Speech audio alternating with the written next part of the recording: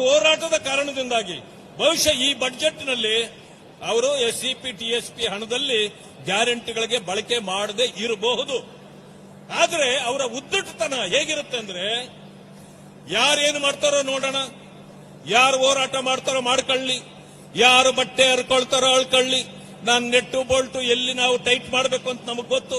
ಕೇಳಿದಿರಲ್ಲ ಅವರು, ಇಲ್ಲೂ ಯಾರೋ ಬಂದವ್ರೆ, ಇಲ್ಲಿ DK ಶಿವಕುಮಾರ್ ನೆಟ್ಟು ಬೋಲ್ಟು ಎಲ್ಲಪ್ಪ ಇದೆಯಾ? ಸಿದ್ದರಾಮಯ್ಯನವರೇ ಬರ್ರಿ ಇಲ್ಲಿ. ಏನಕ್ಕೆ ನಿಮ್ಮನ್ನು ಕರೆಸಿರೋದು ನಾವು? ಬರ್ರಿ ಇಲ್ಲಿ, ನಿಂತ್ಕೊಳ್ರಿ ಇಲ್ಲಿ. ನಿಮ್ಗೇನು ಮಾನ ಮರ್ಯಾದೆ ಇದೇನ್ರಿ?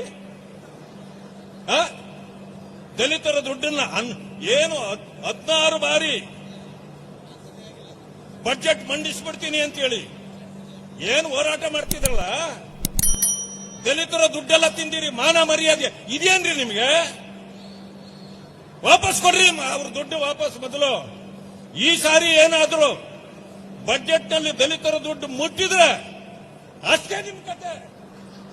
ತಿಳ್ಕೊಂಡಿರಿ, ನಮ್ಮನ್ನ ಏನೇನು ಕಟ್ಟಿದ್ದೀರಿ ನೀವು?